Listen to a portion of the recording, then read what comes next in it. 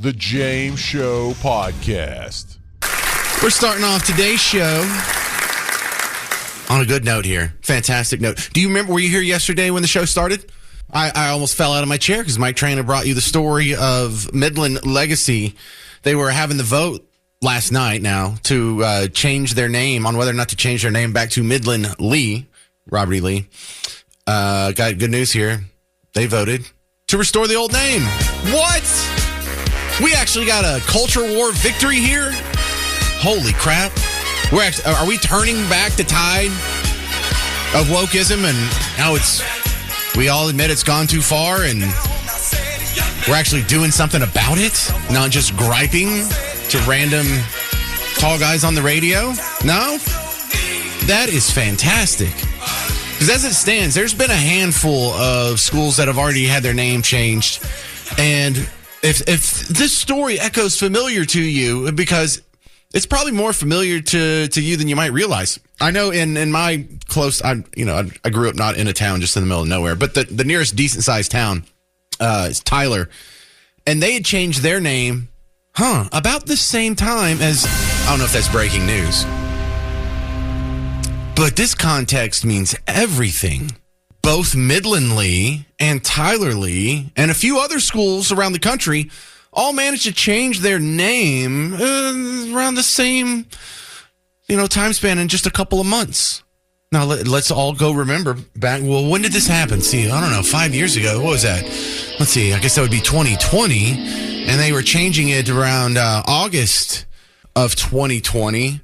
Oh, yeah. You remember this. This was the crazy times. We were in the COVID pandemic. Idiots were running around wearing a mask, berating you for not wearing a mask, closing down schools, not letting you go to your grandmother's funeral, not letting your kids do anything extracurricular. They closed down all sports. They closed down concerts. They closed down your favorite restaurants. And all public contact was pretty much shunned by all the scientists and the experts and the doctors and the politicians and the media members.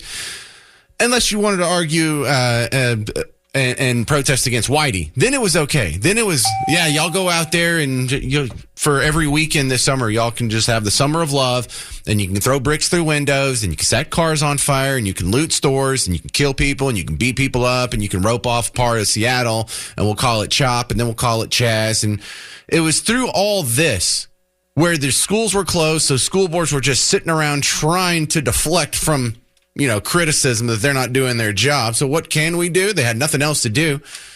Well, there's roving mobs of angry people that are all inflamed about racism and political correctness and wokeism. We can throw them a bone. You can't tell me it's just a coincidence that these schools changed their name at the same time. They were intimidated by roving mobs of violent people who were hurting people, like actually committing violence against both human beings and property damage. And some cowards 5 years ago bent the knee. Shame on you for doing it in the first place. But let's keep this whole reversal thing going, because this isn't an isolated incident. I'm going to keep an eye on the other Lee over here and see if they change their name back as well. We were just talking yesterday about how it was so dumb to change their name to begin with. So both in Midland and in Tyler, Robert E. Lee changed their name to the same name, Legacy High School, which is a dumb name if you're trying to forget the legacy. And I'm not saying Robert E. Lee was a great guy. I'm not saying I'm pro-Confederate.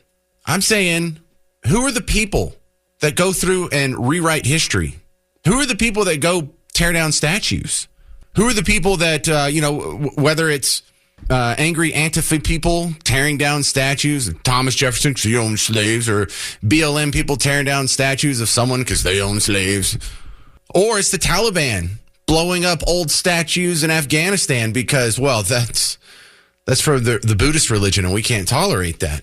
Well, and the answer to the rhetorical question is who tears down statues and who rewrites history? Bad guys. Bad guys who can't win in the court of public opinion. Bad guys who can't win if we just look at the facts based on their own merit. If you have to go back and rewrite history, you may want to reevaluate what side you're on. And are there better people you can name a high school after than Robert E. Lee? Probably so. But just like all these statues that I disagree with, just like all these monuments that I disagree with, we shouldn't tear them down. People who were here on earth and passed on this fantastic society to us felt that it was so important that future generations remember these names, these people, these events, that they built these statues, they made these monuments, they named important institutions after them. You know, whether it's a bridge or a school or a building or a lake or a river or a mountain or whatever it is. Of course, we shouldn't be so quick to tear that kind of stuff down. And I think it's an amazing, amazing sign, positive sign that name's being restored. At the same time, you have Donald Trump in D.C. ordering a review of the exhibits under the Smithsonian umbrella. You know, we think of the Smithsonian as one museum, and there is one called the Smithsonian, but it's also the overseeing organization for this whole web of museums that aren't just in D.C. And it's been pointed out on shows like The James Show, on stations like WBAP, that people go to the Smithsonian and they notice that there's some just over-the-top woke exhibits. All of a sudden, the Smithsonian, which used to just be an academic, and I mean that as a place of like storing and passing along information to the next generation. It used to be an academic storehouse of knowledge and history, to just another cog in the political machine of the woke and politically correct. And it was exhausting. Well, Trump's canceling one of those exhibits or changing it or doing something. I forgot the details here. We'll go over it. I've got a bunch of audio coming up.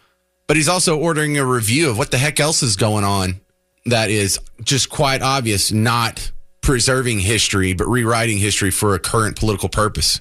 Who is rewriting history all the time? Who wrote the 1619 Project?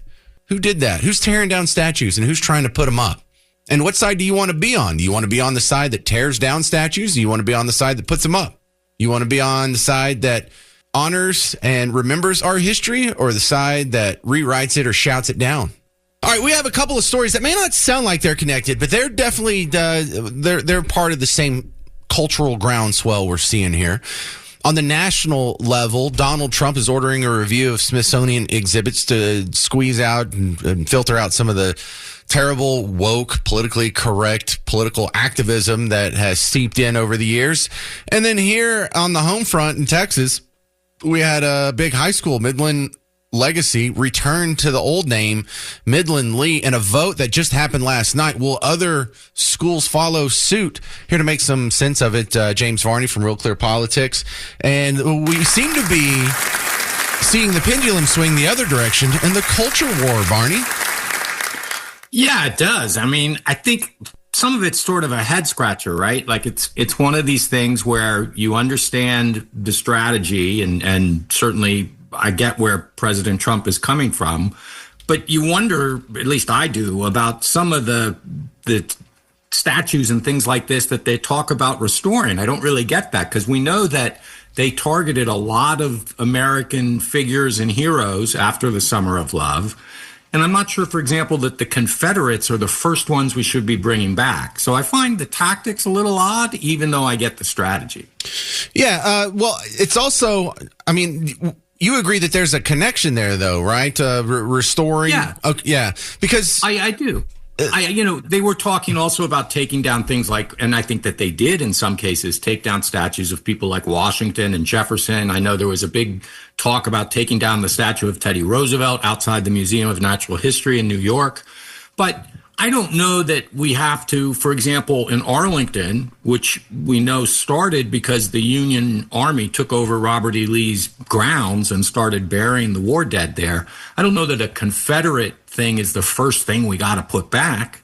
That just seems a little odd to me, even though I agree with you that these are welcoming signs that we're going to get some return to normalcy in the way we look at history.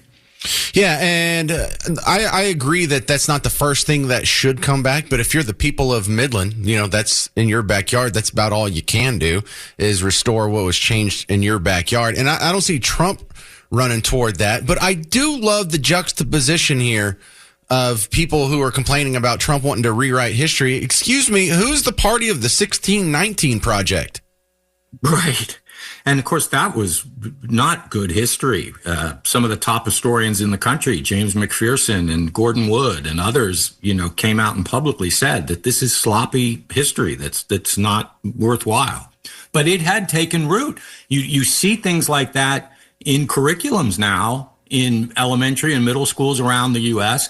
And I think, to go to your image you had at the beginning about the pendulum swinging back, I think that's an important thing. I think that's going to help education. And I think most Americans, in fact, I'm certain that most Americans support that. All right, we're talking with James Varney from Real Clear Politics. Any concern about the Smithsonian reviews?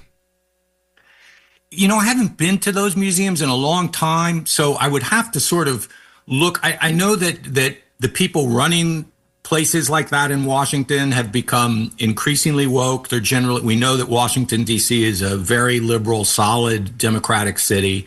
And I think that things have become progressively a little kookier.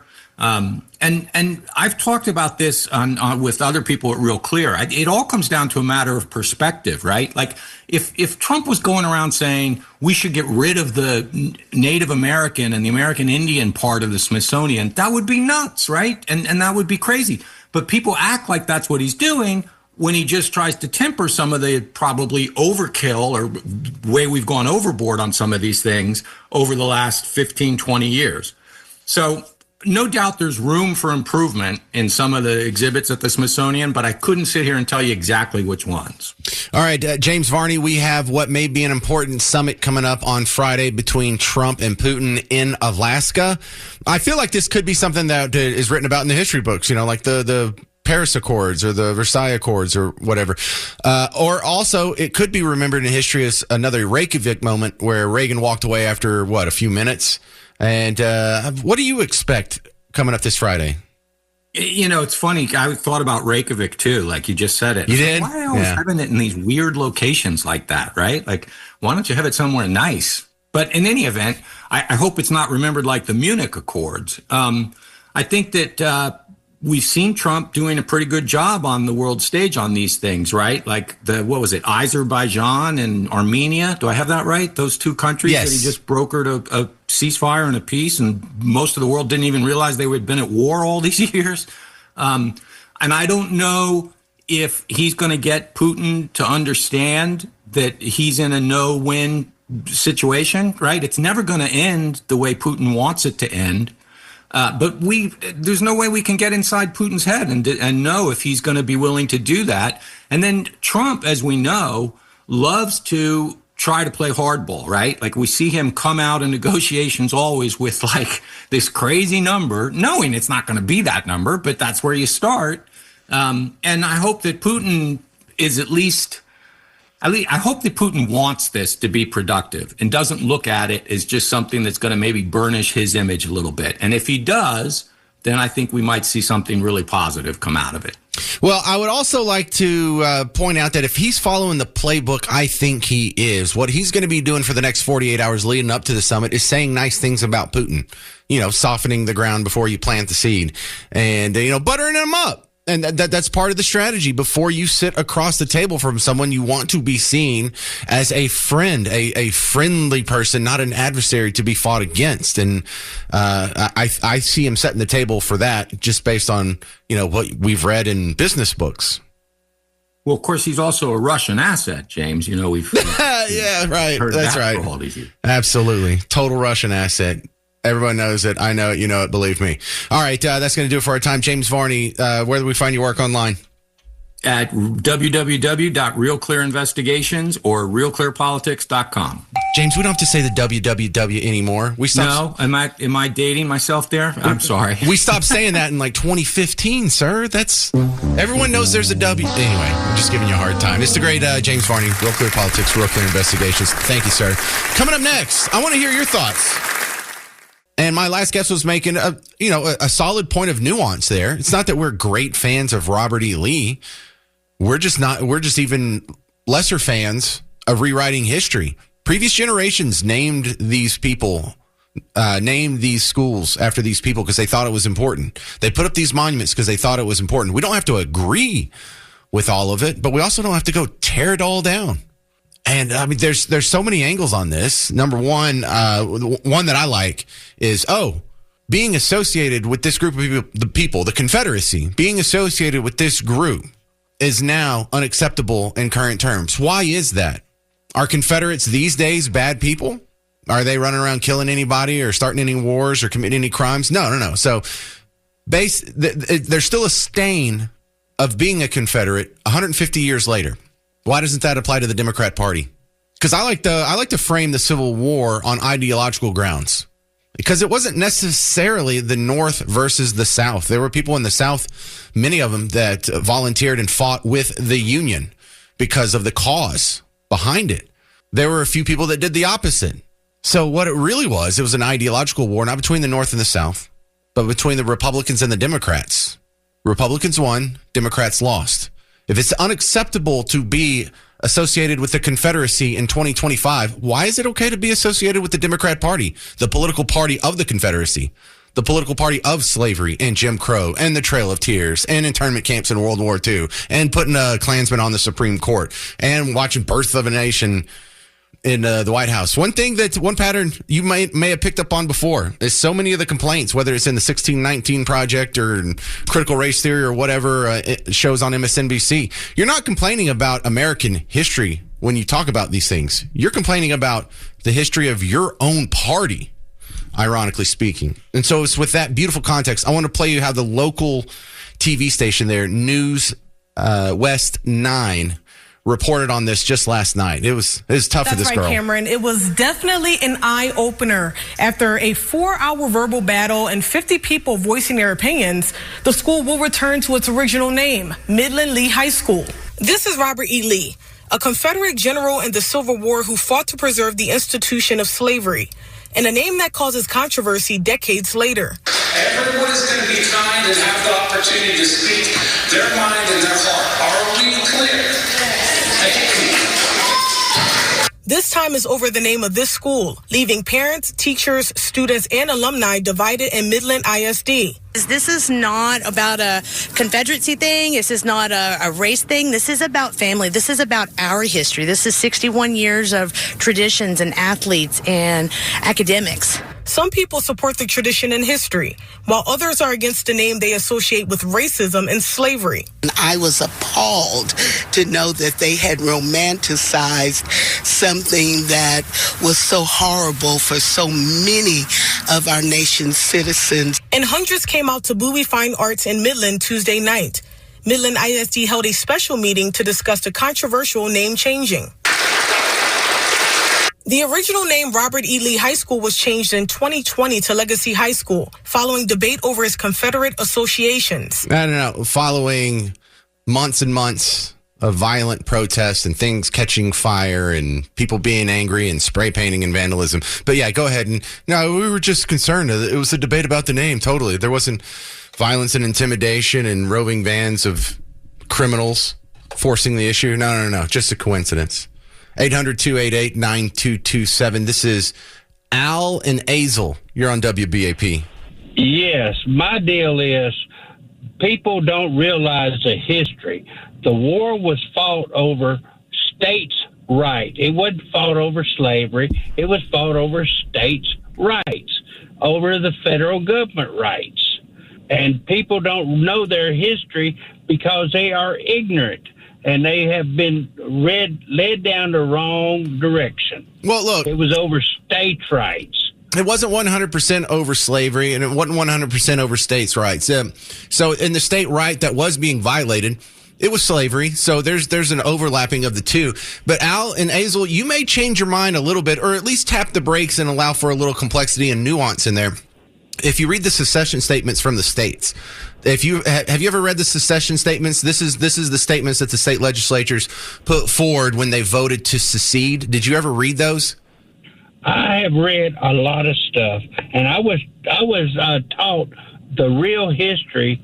In fact, I had a great grandfather. Hang on, Al. I'm just running out of time. Not trying to be rude here, but listen, I encourage you, because I used to say what you're saying. And I used to believe people that say what you're saying. And you're not completely wrong. But if you go back and you read the secession statements, the statements of the people at the time they were voting for secession and why they were voting for it, slavery is inextricably linked to the secession decision. The one from Texas, it'll break your heart. It's pretty racist. It's pretty ugly. Now, keep in mind, the people that were writing this and felt this way were the Democrats in Texas at the time. The worst one is Mississippi. If you want to see some horrible human beings and what real racism looks like, because we're under the impression racism now is, a goofy looking mascot on a football team. But no, you want to see real racism, go read the secession statement from the Mississippi state legislature. And then you probably won't be so adamant about, saying, I wasn't about slavery. Well, that was a big player.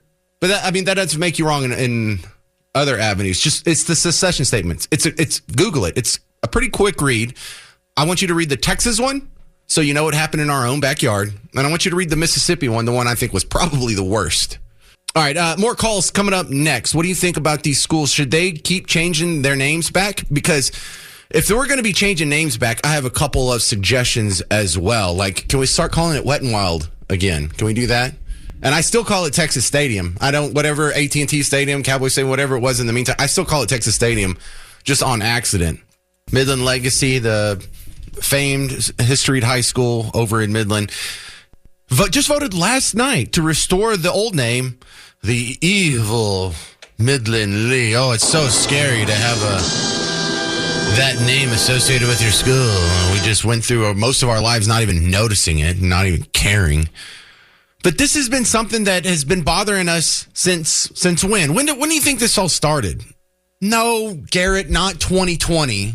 I asked, the specific reason I'm asking this is so you'll open your mind a little bit. But we were having this problem before 2020. I see it in my life, and I don't know if this is just because I was at the age where I started paying attention, was when they changed the name of the basketball team in Washington from the Bullets to the Wizards. And I thought the coolest part about the Bullets was this is the capital of America, the only country that has the Second Amendment. We are gun nuts. We are known as the gun nut country, and that is the capital of gun nut country, baby. And it's because we're such gun nuts, we were able to run off the most powerful military at the time, tame the prairies, and be America. And we changed our name from Bullets to what? Wizards. What does Washington, D.C. have any association to do with wizards? With the history, with the tradition, with the Moors? And I think that's a perfect example because you took something that had legacy. You took something that had history. And you're like, well, we don't like the legacy and history of it. So we're going to replace it with what? A better legacy? A better history? No, just the absence of it. They don't ever replace it with anything. Just the absence. The whole Wizards. Oh, yeah. Okay, so what did we replace? Because this happened in Tyler, too. Would you make the name instead of Robert E. Lee? You made it what? Legacy? I don't think you people are serious. So I think that's what I consider ground zero for this. But we've seen other movements happen. We've seen the Cleveland Guardians change their name from the Cleveland Indians. We saw the Washington Redskins change their name to the stupid Washington Commanders. I hope they change that back. But I think these are all connected. I think what Trump's doing right now with the review of the exhibits in the Smithsonian, I think this is all connected. This is part of a general larger culture war, which we, to our detriment, have been ignoring for most of our life. And we're actually finally turning around, doing something about it.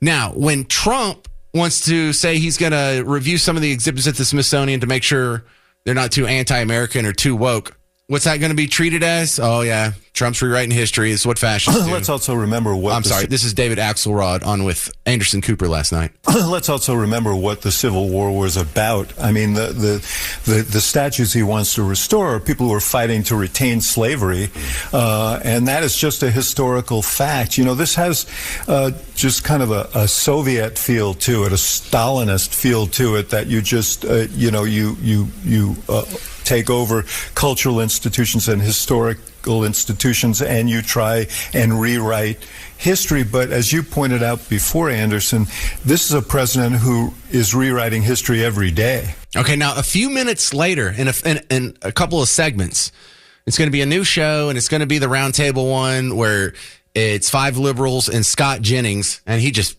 destroys these people. They talk about the tearing down statues and the Smithsonian exhibit and the rewriting of history too.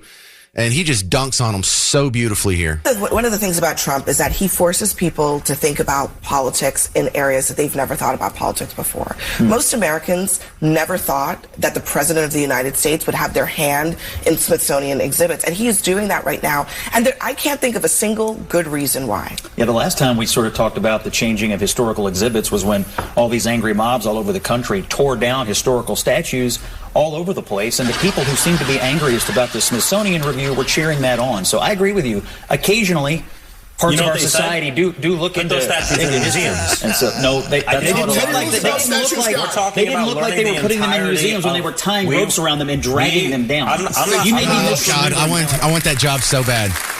That is the best job in America. For a little butthead who loves arguing with people when I know that they're wrong, that's my dream. This is Gene in Weatherford. You're on WBAP. Good afternoon. Thank you for taking my call. I've got one statement. Okay. Change the name of Fort Hood back to Fort Hood. It's ridiculous that they changed the name of that great place. I took basic there in 1952, and it will always be Fort Hood. I don't care what they call it. It's Fort Hood, Texas. Well, I think they are changing that name back. I think they might be doing a sleight of hand by restoring the name under a different guy named Hood who was in the military and still has the legacy and connection and history, but it's not the same Hood that was associated with the Confederacy. But, I mean, you're making a good point in the fact that these names do not reflect the people who they are named after. The people at Midland Lee, the people at Tyler's Robert E. Lee High School were not learning pro-slavery curriculum. They weren't learning pro-Confederacy curriculum. In fact, Fort Hood now means the people who went and trained at this military base. No one even knows who I don't even know who the original Fort Hood is. The guy who is named after. I remember I had to look it up to do a show like 7 years ago or something. I don't remember that. I don't know what he did. But just like, the Seminoles. What's a Seminole? Well, that's the Florida State football team or Florida State athletics, right? No one really thinks the Seminole and think, oh, well, headdresses and Indians and whatnot. These names can take on a new generational context of their own, and they're just trying to erase too much. They're tearing down and not replacing, and I'm glad it's being restored. And I think it's the perfect word for it, restored. This is Terrence in Dallas. You're on WBAP.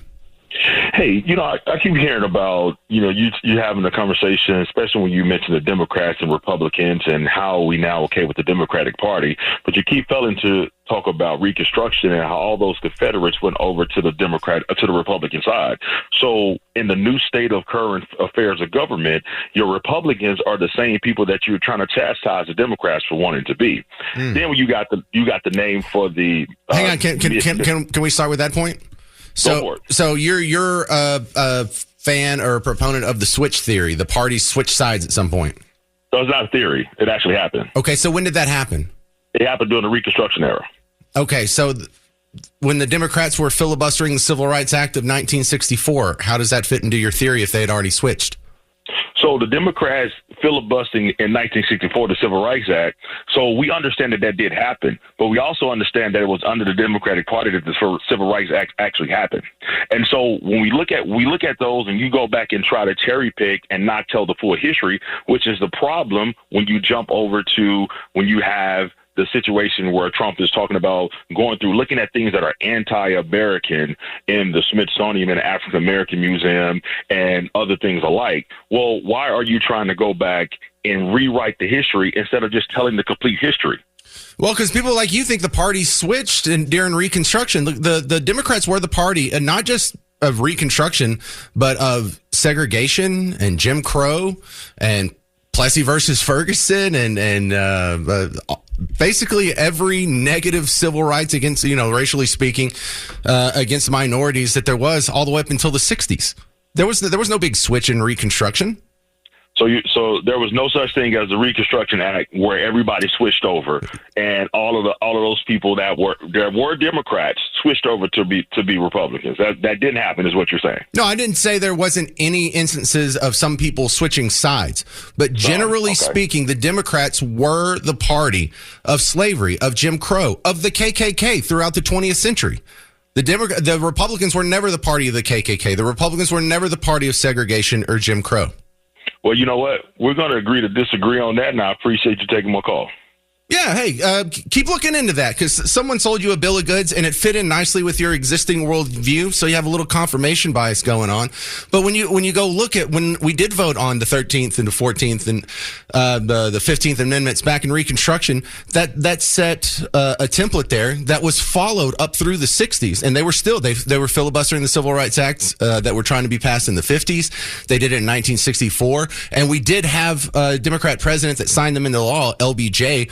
But when you look at the proportions on which they were voted for in the House and Senate, it was more Republicans than Democrats voting for that stuff in the Civil Rights Act of 1964. You sound open-minded enough that I could change your mind on that one day. Just go do some Google searches and try me out. See if I'm wrong. But here's the thing. Whether it's Republican or Democrats, we understand that the majority in this country, there was a lot of people that were for slavery. And so the thing is, there were some people that did transfer, and there's people that did move, some people that did stay. So I'm not here to tell you that Republicans or Democrats are the greatest people. I think both of them have sold us a bill of good. And so we totally agree with that. I hate both parties. I have a severe disdain for both political parties. But I'm going to tell you, lastly, that Midland Lee thing. So I can tell you this. You keep saying restore culture or restore the name to these things. And you're saying like Tyler Lee is not teaching pro-slavery lesson curriculum, plans. Right. Curriculum. So, but I'm going to say this. There would not be a school that I don't believe that you or a lot of your listeners would that would like for your school to go to a Malcolm X High, a Medgar Evers High, a Fred Hampton High, or even a Michael Johnston High. You wouldn't allow your kids to go to that school because they don't have to teach the curriculum to whatever those men did that you disagree with. You would hate the fact that they're being propped up as some type of idols.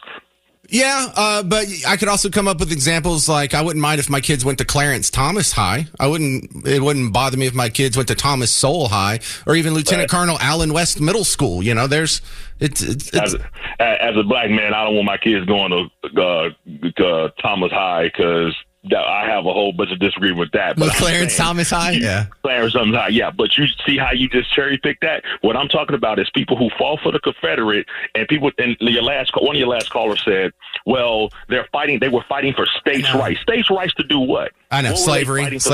No, I think we agree on that one, Terrence. No, but Terrence, you're running into some dangerous territory because if it's terrible to be associated with the people who are perpetuating slavery and fighting for slavery in the 1860s, how do you still associate yourself with the Democrat Party? I'm not a Democrat. Well, no, and I didn't mean that you specifically. I mean people who call themselves Democrat.